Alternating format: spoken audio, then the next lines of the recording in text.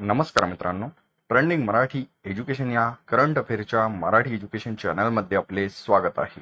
तर मित्रांनो, आपण तुमच्यासाठी रोजच्या रोज चालू घडामोडीचे प्रश्न हे मराठीतून घेऊन येत असतो। आजच्या व्हिडिओमध्ये आपण तुमच्यासाठी 8 जून 2024 या दिवसातील सर्व महत्त्वाच्या चालू घडामोडी या बघणार आहोत। मित्रांनो, जर तुम्ही चॅनलवर नवीन असाल, चॅनलला अजूनपर्यंत सबस्क्राईब केलेलं नसेल तर सबस्क्राईब करून घ्या आणि बेल आयकॉनला प्रेस करा, म्हणजे प्रत्येक दिवसाच्या चालू घडामोडीच्या व्हिडिओची नोटिफिकेशन ही तुम्हाला सर्वात आधी मिळून जाईल। तर चला मित्रांनो, वेळ न घालवता आपण 8 जून 2024 या दिवसातील सर्व महत्त्वाचे करंट अफेअरचे प्रश्न हे बघूया। न्यूयॉर्क इंडिया फिल्म फेस्टिवल 2024 मध्ये कोणाला सर्वोत्कृष्ट अभिनेत्रीचा पुरस्कार मिळालेला आहे? तर या प्रश्नाचं उत्तर आहे ऑप्शन क्रमांक 1, सानिया मल्होत्रा। सानिया मल्होत्रा हिला न्यूयॉर्क इंडियन फिल्म फेस्टिवल 2024 मध्ये सर्वोत्कृष्ट अभिनेत्रीचा पुरस्कार हा मिळालेला आहे। मित्रांनो, या न्यूयॉर्क इंडियन फिल्म फेस्टिवल 2024 मध्ये सानिया मल्होत्रा हिला मिसेस या सिनेमासाठी सर्वोत्कृष्ट अभिनेत्रीचा हा पुरस्कार मिळालेला आहे। हा पहिला पॉइंट आहे, लक्षात असू द्या। महत्त्वाचा प्रश्न आहे, परीक्षेच्या दृष्टीने परीक्षेला विचारला जाऊ शकतो। तर चला नेक्स्ट चालू घडामोडी बघूया।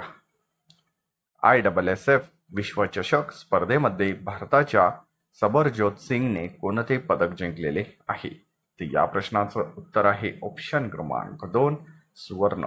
ISSF विश्वचषक स्पर्धेमध्ये भारताच्या सबरजोत सिंगने हे सुवर्ण पदक जिंकलेले आहे। तर या ISSF विश्वचषक स्पर्धेमध्ये भारताच्या सरबजोत सिंगने 10 मीटर एअर पिस्तूल या प्रकारामध्ये हे सुवर्ण पदक जिंकलेले आहे। मित्रांनो, हा देखील प्रश्न खूप IMP आहे, लक्षात असू द्या आणि आपल्या करंट अफेअरच्या बुकमध्ये नोट डाऊन करून ठेवा। तर चला नेक्स्ट चालू घडामोडी आजच्या दिवसाची आपण बघूया। 81व्या इंटरनॅशनल एअर ट्रान्सपोर्ट असोसिएशनच्या वार्षिक बैठक 2025 मध्ये कोणत्या देशात आयोजित करण्यात येणार आहे? तर या प्रश्नाचं उत्तर आहे ऑप्शन क्रमांक 3, भारतात। मित्रांनो, 81 इंटरनॅशनल एअर ट्रान्सपोर्ट असोसिएशनची वार्षिक बैठक ही 2025 मध्ये भारत या देशात आयोजित करण्यात येणार आहे। तर चला नेक्स्ट चालू घडामोडी बघूया। भारत आणि कोणता देश मिळून त्रिशा हे सॅटेलाइट लॉन्च करणार आहे? तर या प्रश्नाचं उत्तर आहे ऑप्शन क्रमांक 4, फ्रान्स। मित्रांनो, भारत आणि फ्रान्स हा देश मिळून त्रिशा करणार आहे। तर चला नेक्स्ट चालू घडामोडी बघूया। वायू प्रदूषण रोखण्यासाठी कोणत्या राज्याने 10,000 कोटी रुपयांची योजना ही सुरू केलेली आहे? या प्रश्नाचं उत्तर आहे ऑप्शन क्रमांक 1, हरियाणा।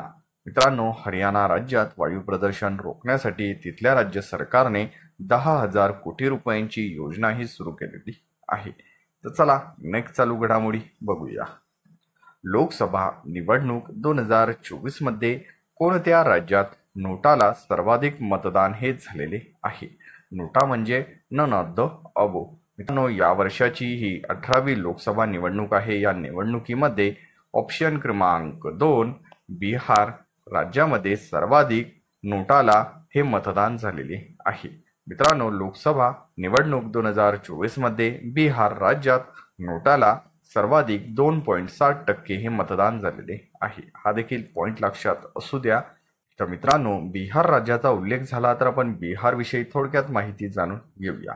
बिहारची राजधानी आहे पटना, तर सध्याचे मुख्यमंत्री आहे नितीश कुमार, तर राज्यपाल आहे राजेंद्र आरळेकर आणि क्षेत्रफळ आहे बिहारचे एकूण 94,163 चौरस किमी एवढे। तर बिहारची स्थापना ही 22 मार्च 1912 मध्ये झालेली असून क्षेत्रफळ जिल्ह्यांची संख्या ही 38 आहे। तर राष्ट्रीय उद्यान देखील आपण बिहारमधील जाणून घेऊया। वाल्मिकी राष्ट्रीय उद्यान, कननवार सरोवर पक्षी अभयारण्य, विक्रमशिला गंगेटेक डॉल्फिन अभयारण्य हे सर्व अभयारण्य आणि राष्ट्रीय उद्यान हे बिहार या राज्यात आहे। तर चला नेक्स्ट चालू घडामोडी आजच्या दिवसाची आपण बघूया। वित्त वर्ष 2023-24 मध्ये नेदरलँड हा भारताचा कितवा सर्वात मोठा निर्यातदार देश बनलेला आहे? तर या प्रश्नाचं उत्तर आहे ऑप्शन क्रमांक 3, तिसरा। वित्तीय वर्ष 2023-24 मध्ये नेदरलँड हा भारताचा तिसरा सर्वात मोठा निर्यातदार देश बनलेला आहे. तर 2024 या वर्षात भारत आणि नेदरलँड देशामध्ये $22.36 मिलियन व्यवहार देखील झालेला आहे. हा देखील महत्त्वाचा पॉईंट आहे, परीक्षेच्या दृष्टीने लक्षात असू द्या. तर चला नेक्स्ट चालू घडामोडी बघूया. कासा ही अंतराळ संस्था कोणत्या देशाने सुरू केलेली आहे? तर या प्रश्नाचं उत्तर आहे ऑप्शन क्रमांक 4, दक्षिण कोरिया. मित्रांनो, दक्षिण कोरिया देशाने कासा ही अंतराळ संस्था सुरू केलेली आहे. तर या कासाचा फुल फॉर्म आहे कोरिया एरोस्पेस ॲडमिनिस्ट्रेशन. ही देखील माहिती लक्षात असू द्या, मोस्ट इम्पॉर्टंट प्रश्न आहे, परीक्षेच्या दृष्टीने विचारला जाऊ शकतो. चला नेक्स्ट चालू घडामोडी बघूया. जागतिक महासागर दिवस कधी असतो? तर या प्रश्नाचं उत्तर आहे ऑप्शन क्रमांक 1, 8 जून. आजच्या दिवशी आपण जागतिक महासागर दिवस साजरा करत असतो. तर मित्रांनो, दिनविशेषवर प्रश्न आला तर आपण जून महिन्याचे सर्व दिनविशेष एकदा बघून घेऊया. प्रत्येक पेपरमध्ये दिनविशेषवर हा प्रश्नच असतो, त्यामुळे दिनविशेष देखील महत्त्वाचे आहे. तर चला एक एक करून आपण दिनविशेष जाणून घेऊया. 1 जूनला असतो जागतिक दूध दिवस. तर 2 जूनला असतो आंतरराष्ट्रीय लैंगिक कामगार दिवस आणि तेलंगणा निर्मिती दिवस. तर 3 जूनला असतो जागतिक सायकल दिन. 5 जूनला असतो जागतिक पर्यावरण दिन. 7 जूनला असतो जागतिक अन्न सुरक्षा दिवस. तर 8 जूनला असतो जागतिक ब्रेल ट्यूमर दिवस आणि जागतिक महासागर दिवस.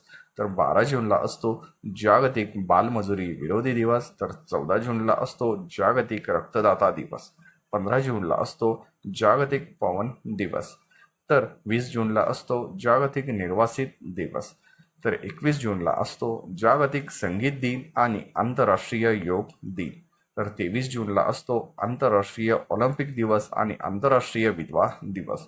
26 जूनला असतो अंमली पदार्थांचा सेवन आणि अवैध तस्करी विरोधी आंतरराष्ट्रीय दिवस. तर 30 जूनला असतो जागतिक लघुग्रह दिवस. मित्रांनो, आपण हे सर्व जून महिन्याचे दिनविशेष बघितले, ते तुम्ही आपल्या करंट अफेअरच्या बुकमध्ये नोट डाऊन करून ठेवा. मोस्ट इम्पॉर्टंट हे दिनविशेष आहे. तर चला नेक्स्ट चालू घडामोडी आजच्या दिवसाची आपण बघूया.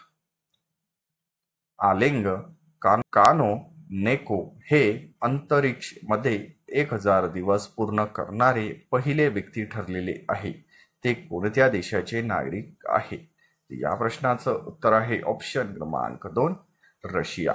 तर मित्रांनो, अशाच रोजच्या रोज टॉप 10 करंट अफेअरचे प्रश्न हे बघण्यासाठी ट्रेंडिंग मराठी एज्युकेशन या करंट अफेअरच्या मराठी एज्युकेशन चॅनलला तुम्ही अजूनपर्यंत सबस्क्राईब केलेलं नसेल तर सबस्क्राईब करून घ्या आणि बेल आयकॉनला प्रेस करा, म्हणजेच प्रत्येक दिवसाच्या चालू घडामोडीच्या व्हिडिओची नोटिफिकेशन तुम्हाला सर्वात आधी मिळून जाईल. चला मित्रांनो, वेळ न घालवता व्हिडिओला एक लाईक जरूर करा आणि आपल्या जवळच्या अभ्यासू मित्रमैत्रिणींपर्यंत व्हिडिओ हा जास्तीत जास्त शेअर करा. मित्रांनो, आपल्या चॅनलचाच उद्देश असा आहे की कमी वेळेत जास्त अभ्यास व सर्व विद्यार्थ्यांपर्यंत विनामूल्य माहिती पोहोचवणे एवढंच आहे. ट्रेंडिंग मराठी एज्युकेशन या करंट अफेअरच्या मराठी एज्युकेशन चॅनलवरील कुठलाही विद्यार्थी आणि विद्यार्थिनी येत्या आगामी पेपरमध्ये मागे राहता कामा नये. पूर्ण व्हिडिओ तुम्ही बघितल्याबद्दल तुमचे मनापासून धन्यवाद.